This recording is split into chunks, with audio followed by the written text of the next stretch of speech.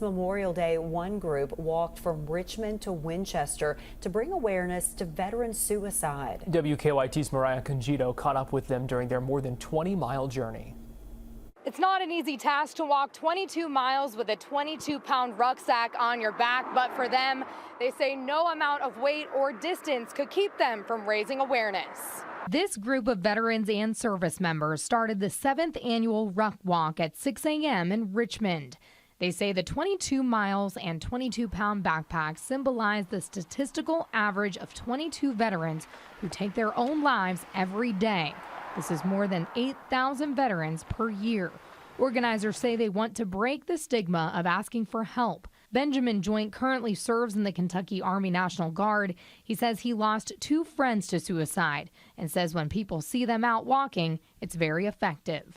These are actually 2 people that I served with that have taken their own life, and so I'm just carrying their tags on this march. If they see us, supporting them, then maybe they feel like they're a bit more connected.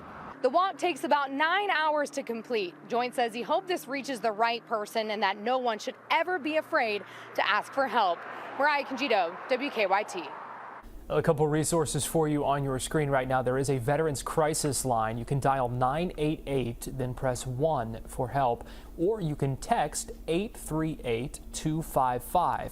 We also have these numbers in this story on our website, WKYT.com. This morning, the Vietnam Veterans of America held a Memorial Day event in Frankfort. There was a presentation of colors, speakers, and wreath placements. The event was held at the Kentucky Vietnam Veterans Memorial on Vernon Cooper Drive.